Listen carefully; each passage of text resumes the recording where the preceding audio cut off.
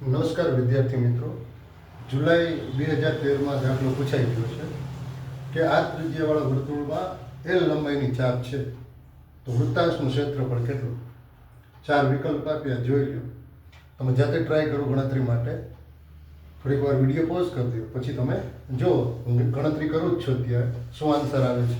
Maximum try કરવાનું છે, બરાબર. જોઈએ તો હું કેલ્ક્યુલેશન લખું છું. હવે આપણે અહીંયા લંબાઈ, ચાપની લંબાઈ, વર્તુળના ક્ષેત્રફળમાં માત્ર બે સૂત્ર છે. એક ચાપની લંબાઈ માટેનું સૂત્ર અને બીજું લઘુવૃત્તાંશના ક્ષેત્રફળનું સૂત્ર, બરાબર છે. તો જોઈએ અહીંયા લખીએ કે વર્તુળના ચાપની લંબાઈ L નું સૂત્ર L ઇઝ ઇક્વલ ટુ શું છે તો કે થીટા બાય 360 ગુણ્યા 2 r.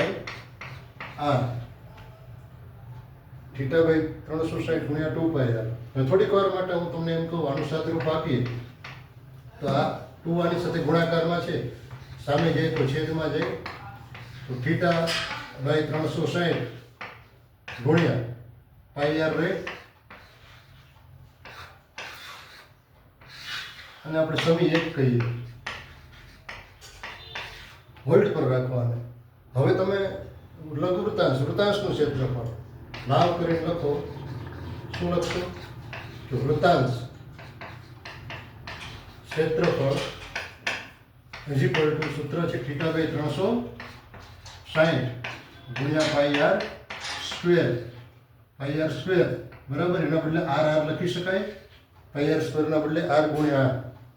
હવે આને આપણે થોડીક વાર માટે સમી 2 કહી દઈએ, બરાબર છે. જોઈએ હવે વૃત્તાંશનું ક્ષેત્રફળ આપણને આ મળે છે, સમી 2, બરાબર. સમી 2. હવે સમી 2 માં સમી 1 ની કિંમત મૂકો.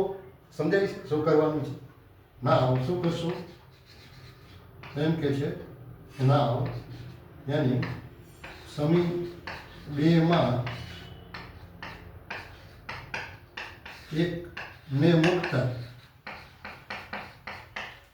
આટલું લખી અને તો તમે શું કરી શકો તો વૃત્તાંશ ક્ષેત્રફળ ઇઝ ઇક્વલ ટુ, તમે જુઓ, theta by 360 pi r, theta by 360 pi r, એટલે આના બદલે l બાય 2 મૂકી શકાય.